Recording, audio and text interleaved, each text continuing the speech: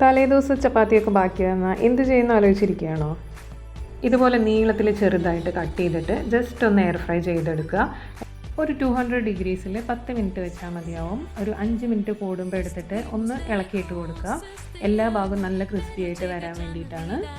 ഇനി air fryer ഇല്ലെങ്കിൽ 1 spoon എണ്ണ ചൂടാക്കിയിട്ട് ഒന്ന് ക്രിസ്പി ആക്കിയിട്ട് എടുത്താൽ മതിയാവും.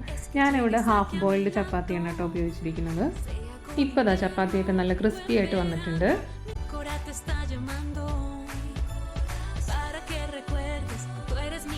ഇനി ഒരു ടേബിൾ സ്പൂൺ എണ്ണ ചൂടാക്കിയിട്ട് അതിലേക്ക് ഇഞ്ചി, വെളുത്തുള്ളി, പച്ചമുളകും കൂടെ ചേർത്ത് വഴറ്റുക.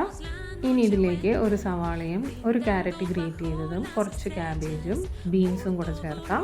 നമുക്ക് ഇഷ്ടമുള്ള ഏത് വെജിറ്റബിൾ വേണമെങ്കിൽ ചേർക്കാം കേട്ടോ. ക്യാപ്സിക്കം, പനീറോ, സ്വീറ്റ് കോൺ, പിന്നെ നോൺ വേണ്ടവർക്ക് അത് ചേർക്കാം, എഗ്ഗ് ചേർക്കാം, ഇഷ്ടമുള്ളത് ചേർക്കാം.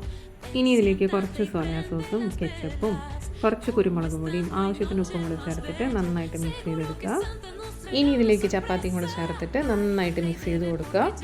അപ്പോൾ ഇത്രയേ ഉള്ളൂ. വൈകിട്ട് പിള്ളേർക്ക് സ്കൂളിൽ വിട്ട് വരുമ്പോൾ രാവിലെ വന്ന ചപ്പാത്തി ബാക്കിയുണ്ടെങ്കിൽ ഇങ്ങനെ ചെയ്ത് കൊടുക്കാം. ഇല്ലെങ്കിൽ രാവിലെ ബ്രേക്ക്ഫാസ്റ്റിനോ ഡിന്നറിനോ ഏതിനു വേണമെങ്കിൽ ഉണ്ടാക്കി കൊടുക്കാം. അപ്പോൾ ശരി.